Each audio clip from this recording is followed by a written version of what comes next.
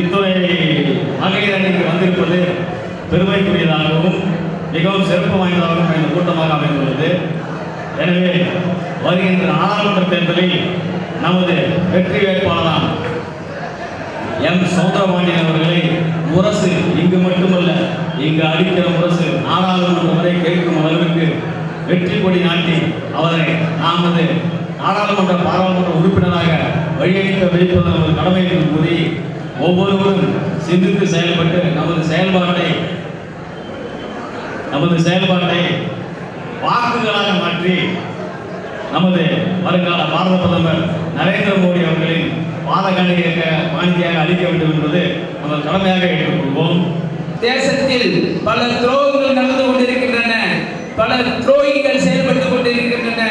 65 ஆண்டு காலத்துக்கு பிறகு ஒரு சுதந்திரம் அடைய வேண்டும் என்றால் அனைத்து அன்பு உள்ளங்களும் வெறித்தனமாக உணர்வோடு உத்தியோகமாக வேலை செய்து வெற்றி பெற செய்வதற்கு நமது நரேந்திர மோடி அவர்களை பிரதமராக அமர்த்துவதற்கு அனைத்து அன்பு உள்ளங்களும் பாடுபட வேண்டும்.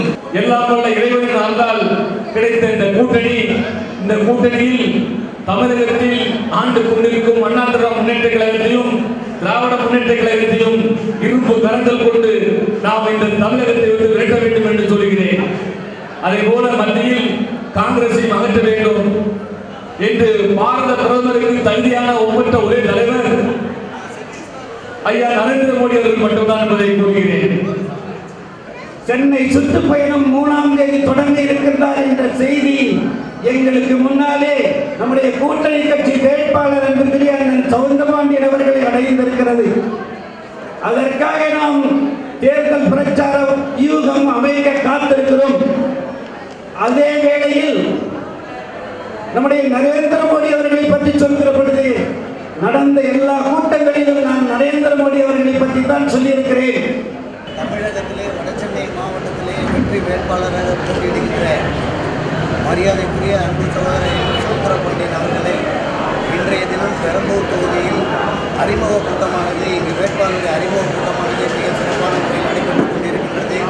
இந்த கூட்டத்திலே தேசிய ஜனநாயக கூட்டணியை அங்க வைக்கக்கூடிய மறுமலர்ச்சி திராவிட முன்னேற்ற கழகத்தை சார்ந்த சகோதர சகோதரிகளும் பாட்டாளி மக்கள் கட்சியை சார்ந்த சகோதர சகோதரிகளும் தேமுதிகவின் கட்சியை சார்ந்த சகோதர சகோதரிகளும் மற்றும் ஐஜேகே கொங்கு கட்சியினுடைய அனைத்து சகோதர சகோதரர்களை இங்கு ஒருங்கிணைந்து இந்த அறிமுக கூட்டத்தில் கலந்து கொண்டார்கள். இந்த கூட்டணி வெற்றி கூட்டணி என்பதை உறுதி காட்டுகின்ற வகையிலே இந்த கூட்டமானது நடைபெற்றுக் கொண்டிருக்கிறது. வருகின்ற காலகட்டத்தில் மத்தியிலே பாரதிய ஜனதா கட்சியுடைய ஆட்சி அமைவது என்பது உறுதி செய்யப்பட்டுள்ளது. மரியாதைக்குரிய மோடி அவர்கள் தலைமை ஏற்கும் பொழுது அந்த கூட்டணியிலே அங்கம் வகிக்கக்கூடிய நமது வேட்பாளர் வெற்றி வேட்பாளராக அங்கே கண்டிப்பாக மத்தியிலே அவருடைய பங்கு இருக்கும் என்பதை இந்த கூட்டத்தின் வாயிலாக தெரிவித்துக் கொள்கிறேன். இன்னைக்கு பாக்குறோம் தென்சென்னையிலிருந்து கால வைக்கிற சென்ட்ரல் ரயில் நிலையத்தை தாண்டினதுக்கு அப்புறம் வடசென்னையில இருந்து நீங்க பாருங்க 800 வரைக்கும் நீங்க பாத்தீங்கன்னா குண்டும் குழியுமா தான் சாலை இருக்கும். அதே போல சுகாதார சீர்கேடு என்றால் 2 விஷயத்தை இந்த வடசென்னையிலிருந்து நிச்சயமாக மாற்றம் செய்து தர வேண்டும். முதலாவதாக சொல்லப்படும் என்றால் வடசென்னையில் இருக்கும் இந்த பக்கிங்காம் கால்வாய். இன்னைக்கு பாக்குறோம் எழும்பூர் திருவிக்கா நகர் பக்கம்லாம் போற இந்த பக்கிங்காம் கால்வாய் நிச்சயமாக இந்த மக்களுக்கு சுகாதார சீர்கேடுக்கு முதல் காரணம் அதுதான். நிச்சயமாக நான் வெற்றி பெறும் பட்சத்தில் என்னுடைய கடமையாக இந்த மெட்ரோ ரயில் திட்டம் திருவொற்றியூர் வரை சென்று வடசென்னை மக்கள் அனைவருக்கும் பயன்படுத்தும் வகையில் அதை செய்து கொடுப்பேன் என்று உறுதியளிக்கிறேன் என்பதை இந்த